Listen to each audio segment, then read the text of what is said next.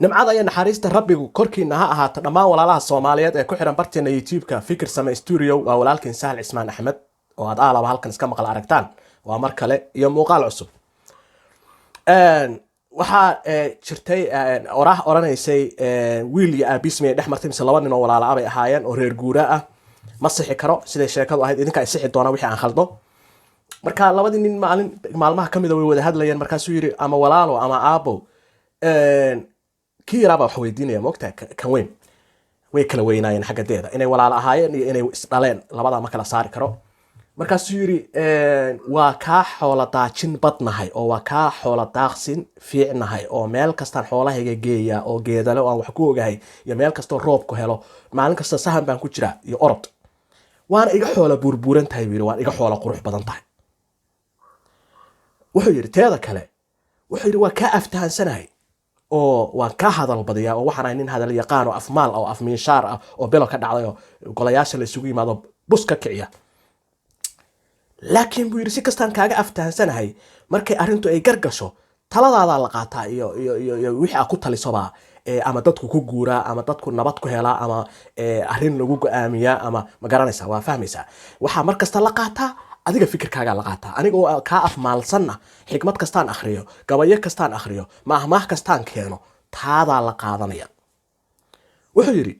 waa tan koowaade waa iga xoola daajin badan tahay oo iga xoola daaqsin og tahay laakiin wuxuu yiri adigu xoolaha geedaha baarka ka daajisaa wiir anna barida baan ka daajiyaa wuxuu yiri meel geedo badan oo waxa arkaysaa qurux badan xooli baa keenaysaa goortay wax yar saa ugu ordaan ariguna waad kan iska orod badan ma ogtahay oo maagta ma garanaysaa oo ay laba jiiro saa ugu soo galaan kobtii buu isna meel kale u raadinaya kuma xasilinayo meesha kuma xasilinayo marka wuxuu yiri marka meesha ay xoolahaagu baarka ka cunaan barida ay ka tagaan baan xoolahayga daajiyaa sidaasan kaaga xoola burburnaay buu yiri oo xoolahaygu waxay ku nagaadaan oo ay cunaan geedaha si fiican u cunaan ilaa iyo maaragtay inta nafaqadu ay ku jirto oo dhan adiguna baarkaad ka daajisaa isla markaa waad ka cayrisaa marka fayf baa kugu go'an baa halkaa ka soo baxday oo waa degdeg bay taasi tilmaamaysaa waa tan labaade wuxuu yiri waa iga afmaalsan tahay oo waa iga hadal yaqaansan tahay oo waa iga maahmaahaya badaysaa oo waxaa tahay nin afkiisa maaragtay la eego markuu hadlayo laakiin buu yiri taladayda la qaataa wax kasta soo akhrido taada waxa maaragtay waa halbacaad lagu lisay laakiin gobooda u dambaysa tayada ku soo ururtaa oo la qaataa sababtuna waxa weeye buu yiri aduu buu yiri waa hor hadasha isla markaba markii meel isugu yimaado adoo aan waxba hubsan adoo aan waxba ogeyn arintaba si fiican adigoon u ogeyn ba isla markaba iskala booda hadalkii markaas idaacadda FM-ka inta furato ba waxa doonto daldasha markaad daasho oo daldalanto baa dadkii kalena kaa daba qaataan markaasaa qof walba hadlaa markaas intaasna buu yiri anigu waan dhageysanaya waxa laga hadlayaa dhageysanaya waan dhuuxaya qof walba dhagahaygan amaahinaya iyo qalbigayga si aan u fahmo waxa uu ka hadlayo markii la wada dhiraandhiriyo oo ragga oo dhan ay wada hadlaan buu yiri baan aniguna anoo xogahii isu ururiyay oo inta shaqshaqay aan isu keenay oo isu fiiriyay oo magaranaysa wax walba dhinac walba ka eegay markaasaan tala qurux badan dadka fikradoodii iyo sida aniga ila tahay baan meel dhexe isugu keenayo sidii quman baa markaa sheega taydaana la qaataa sababtoo ah ma aha buu yiri wax magaranaysa aan iskala booday waxa waaye waa waxaan eegay rogrogay dhiraandhiriyay ka fakeray ma garatay oo ableeyay taasi waa taa waxaan uga jeedaa marka aan u soo qaatay oraahdaas labada qaybood ka kooban ayaamahan baraha bulshada waxaa wareegayay ilaa shalay oo dadku ii soo dirayeen aad ba horta u mahadsantihiin bahda Fikir Same ku xiran iyo asxaabta Facebook igala socota sida aad maaragtay u danaynaysaan inaan ka soo hadlo laakiin sida ninkaas baa waxaan sugayay inta dadka seeflaboodka ah oo dhan hadlayaan waxaan rabay inaan kala baxo aqoon sababta anu goobtii ma jooga waxyaabahaas ka dhacayeen aan horta ku hormaray labada qodob baan ciwaanadooda idin sheegay mid waxa weeye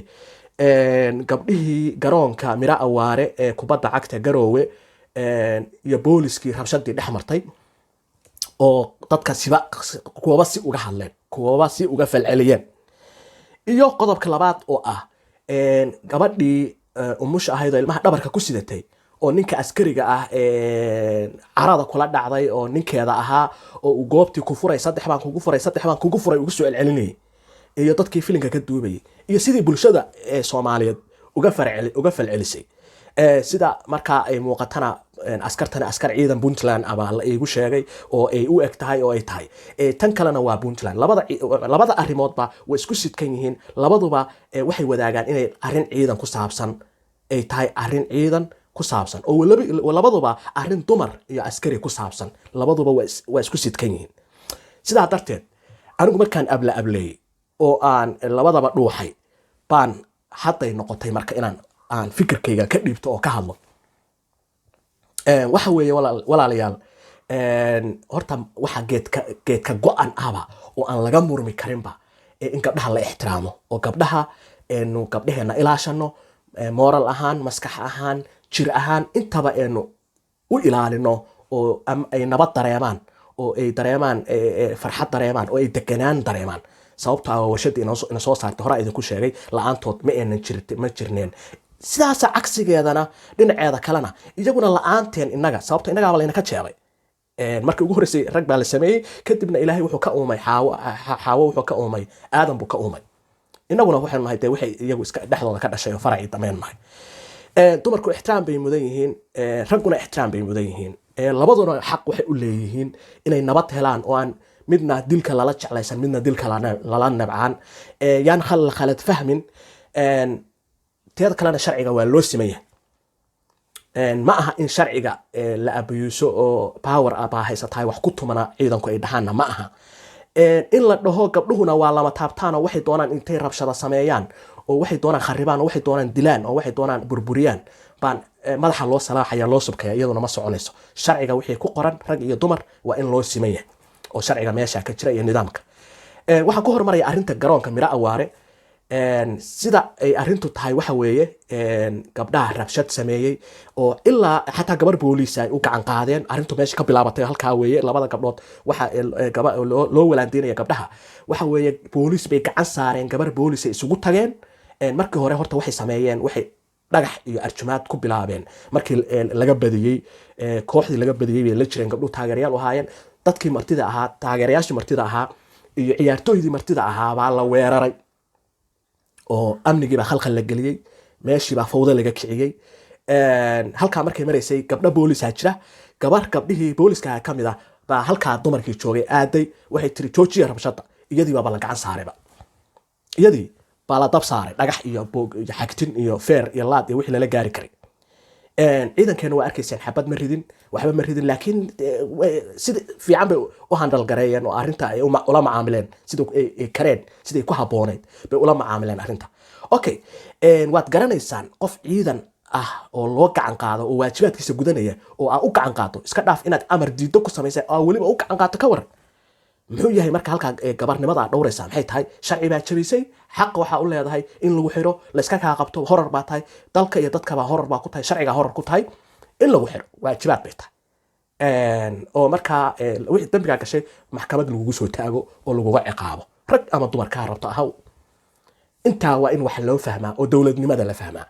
la kala saaraa xeer beegtida iyo saarin ahaan jirtay iyo dowladnimaan rabnaa iyo nidaam iyo in wax saxmaan oo si secure ah oo nabad ah oo cadaalad ah oo deganaansho leh oo xaq ah inay loo noolaado oo arrimaha bulshaduna ay u fulaan haddii cayaaro la qabanayo haddii xaflada la qabanayo haddii dabaaldegya la qabanayo haddii xusas iyo waxyaabo kale la qabanayo noocay rabaan ha ku saabsanaadaan waa in haddii xataa mudaharaad dhacaya waa inuu salmi yahay oo si nabada u dhaca aan dhulka la burburin taayire la gubin daaraha la gubin wax la jabsan cid la dilin dhiig la daadin waa in horta la fahmaa dowladnimadu waxa ay tahay anigu arrinta gabdhaha Miro Awaare sida aan markaan ableeyay oo dhinac walba ka eegay oo dadka fikrada kala duwan qaba xataa aan fikradooda miisaamay iyo siday uga wada doodayaan waxa soo baxday gabdho fawda kiciyay marti weeraray taageerayaal marti ay ciyaartooy marti markay weerareen in la joojiyo la damcay booliskii aaday ugu horeyn oo gabar ahaa gabadhii la fara saaray booliska ahayd oo lagu xadgudbay iyada ruuxadeeda markaa kadib ay ciidanku usoo gurmadeen oo shabaqle intii loo keenay khasab lagu kaxeeyay iyagoo isle ma garanaysaa annagu waxaan nahay lama taabtaan marka taas ayd xaq bay u lahaayeen in boolisku ay waajibkooda gutaan halkaasaan taa kaga baxaya tan labaad waxa weeye ciidamadu waxay ku shaqeeyaan ciidamada Soomaaliyeed meel kasta ay joogaan waxay ku shaqeeyaan duruuf aad u adag bay ku shaqeeyaan oo waxay tahay colaad leh, gaajo leh, fakri leh, kulayl leh, cimiladii dabiiciga ahayd iyo magaranaysaa iyo dakhligii iyo dhaqaalihii iyo sharcigii wixii oo dhan waa dhinac kastay ka baahan yihiin ciidamadu. aad baan si hoose uga ogahay oo experience baan u leeyahay markaan saa u hadlayo. idinkuna waa ogtihiin iyagoo aan mushahar saxa qaadan oo aan si toosa mushaharkooda bil walba u helin oo ugu yaraan 4 bilood 5 bilood markay wax waayaan wax yar la siiyo oo aan xataa xaqoodii ka maqnaa, xataa mararka qaar la dhaho intaa ka booda intaana qaata. caagilaysi uu jiro, corruption jiro, saraakiisha iyo ilaa iyo wasaaradda maaliyadda soconaya oo aan si sax waxay xaq u lahaayeen ayaan u helayn, gunooyinkoodii ayaan helayn. inoo dhaawacmaya hadday dhaawacmaana gurigoodii iyo hooyadood iyo aabahood daweysanayaan ee aan helayn caafimaad saxan, jaranjar caafimaad oo saxan, dhakhtar iyo dibad loo qaado iyo hawlo ay yar tahay. yani markii 100 ay arrintu tahay 5 baa 5ta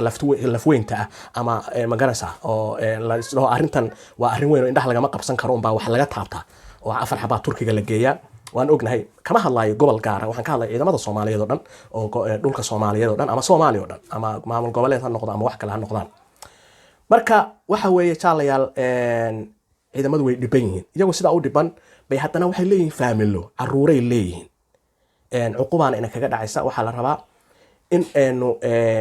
inagu maaha, inagu waxba kama qaban karno sababtoo inagu xaqoodii ma hayno, laakiin waa u hadli karnaa. waxaan leenahay sidan ciidanka iyaga ma qabato. waxaan rabnaa xafladahan lacagta lagu bixinayo magaranaysaa dabaaldegyadan fanaaniintan lasoo kiraynayo, dibadaha laga soo kiraynayo, kharashaadka dhoofka ku baxaya iyo casumaadda iyo balaayada ku baxaya iyo shaax cabaalka ku baxaya waa in ciidanka feerasta u noqdaa. ciidanka Soomaaliyeed waa inuu shaqaalaha dawladda kuwa ugu horeeya ee hela xuquuqdooda waa inay noqdaan, sababtoo ah naftooday noo hureen, dhiigooday noo hureen, reerkoodii iyo caruurtoodii bay ka maqan yihiin, dhaxantay noo seexdaan, qoraxdaa ku dhacda, naftooday khatar geliyaan, way noo dhaawacmaan, way noo indhabeelaan, way noo lugabeelaan. waa in ciidanka Soomaaliyeed xaqooda geedka go-an laga dhigaa oo aysan dhicin foolxumadii gabadha aan idin tuso, gabadha Soomaaliyeed oo gaajada darteed intay ilmihii waxay siiso weyday ninkii xeradii ku weerartay oo ay leedahay ma garanaysaa anigu ma dawlad baa ay qabta, dawlad miyaa aniga ay qabtay leedahay. waatan raalli ahaada wax yar, waxay leedahay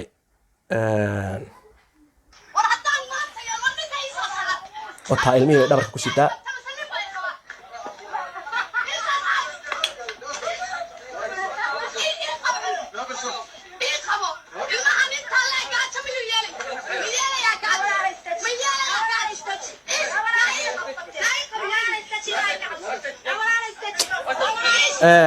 ma garanaysaa waa wax aad looga calool xumaado. waa meesha ugu dambeysay, waa desperate, waa isku dhex yaacday. isaga ruuxadiisa gaajaaba ka muuqato oo isaga laftirkiisaaba tacbaana oo qoriga uu garabka ku sito iyo isagu isku sibay u dhuuban yihiin. dayac badan baa jira, dhinac walba ka jira. waxaasoo dhanna waxa u sabab ah isha dhibaatadaasoo dhan sababta u ahna waa musuq maasuq, waa corruption, waa musuq maasuq weeye. musuq maasuqaas oo ilaa madaxa ugu sareeya ilaa taliyo unuga aan kala go' lahayn oo aan u warhayno oon ognahay magaranaysaa aan cid isla xisaabtamaysaa jirin. lacagaha laga helo iyo cashuuraha la bixiyo iyo magaranaysaa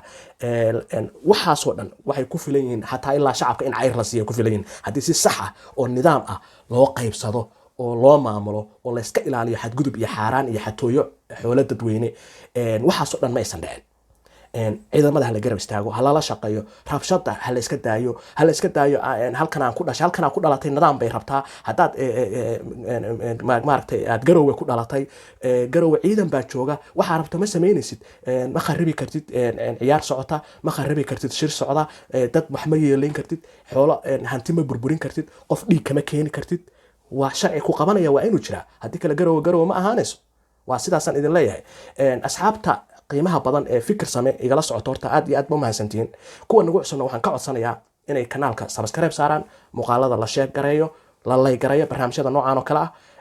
wacyigelinta iyo talooyinka iyo fikrada fiican la isgaarsiiyo. ma rabo inaan muuqaalka idinku dheereeyo. aragtidaydan ka dhiibanayay maskiinta ah labadii dhacdo ee ka dhacay ma garanaysaa ciidamada ku saabsanaa iyo dumarka iyo waxyaaba noocaas. intaan ismaqal arag kan lamid ah ku kulmi doono asxaabta qiimaha badan oo sharafta badan oo Soomaaliyeed bahda fikir sameen gaar ahaan waxaan idinkaga tegayaa ismaqal arag dambe oo xiiso leh.